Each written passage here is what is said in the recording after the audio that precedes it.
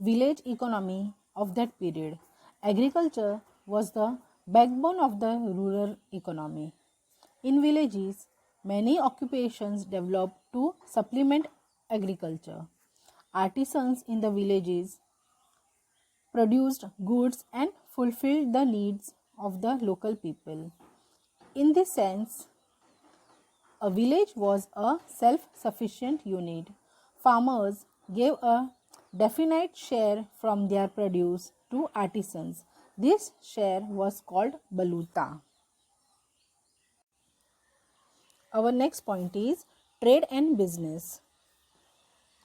Maharaj knew that a kingdom does not prosper without an increase in trade. Prospers means to develop in successful way or to be successful, especially with money. Merchants bring novel goods as also certain necessities into a kingdom. Goods become available in plenty. Trade prospers, adding to wealth. Merchants are the ornaments of the kingdom and the glory of the king. It was the policy of Maharaj to protect industries. An excellent example of this is the salt industry. He protected the salt industry in Konkan. At that time, traders imported salt from the Portuguese territory and sold in Swaraj. That affected the local trades in Konkan areas.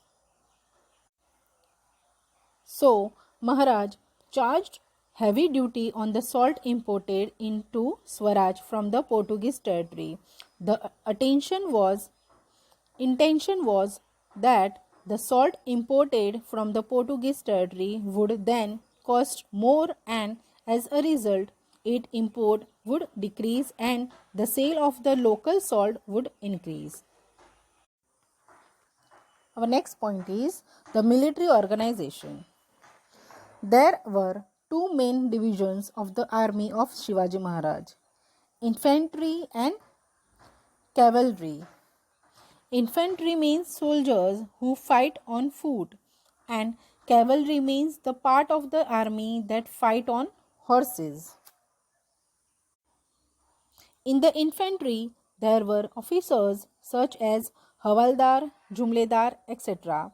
The chief of the infantry was called Sarnobat. He was the highest officer in the infantry.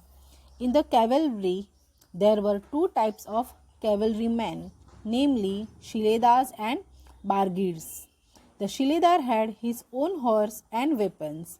The Bargir was provided with a horse and weapons by the state.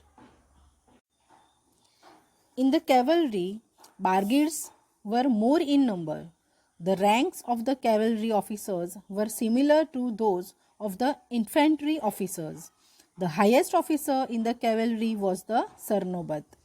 Netoji Palkar, Prataprao Gujjar, Hambirrao Mohite were some of the famous Sarnobats of the cavalry.